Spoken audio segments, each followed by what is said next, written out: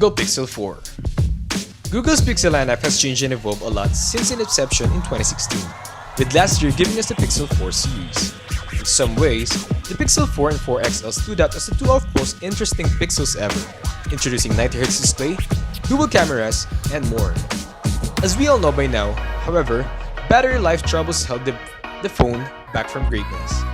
The Google Pixel 4 and 4 XL have plenty to offer, including great performance, fantastic cameras, and a terrific build quality. But it also falls short in many areas that are important to a lot of consumers, with battery life being at the top of the list.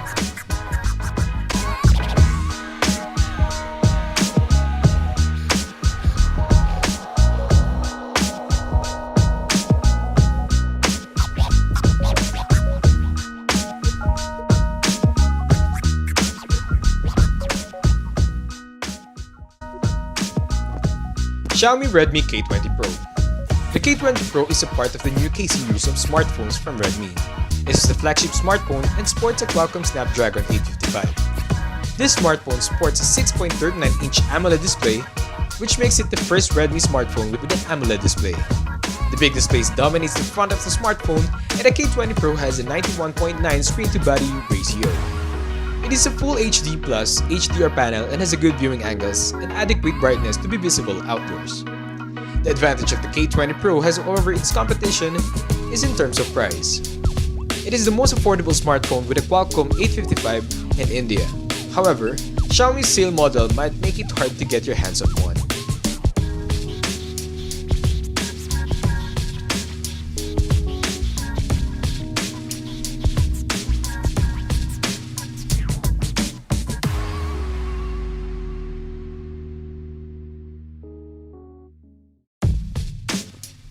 Samsung S20 Ultra.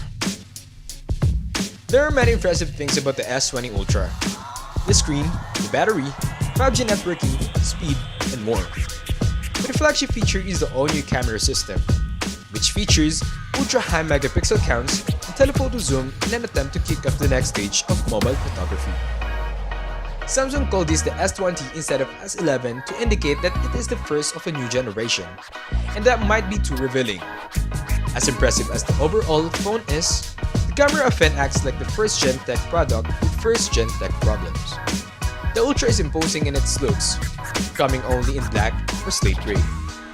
The most prominent thing, physically and aesthetically, is the rectangular camera module on the back.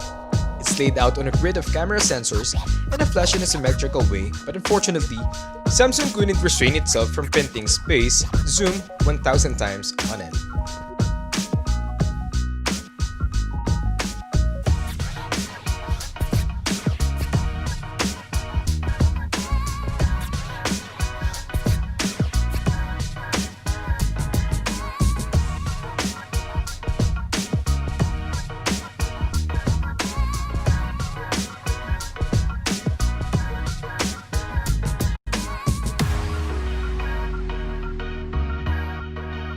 iPhone 11 Pro and Pro Max.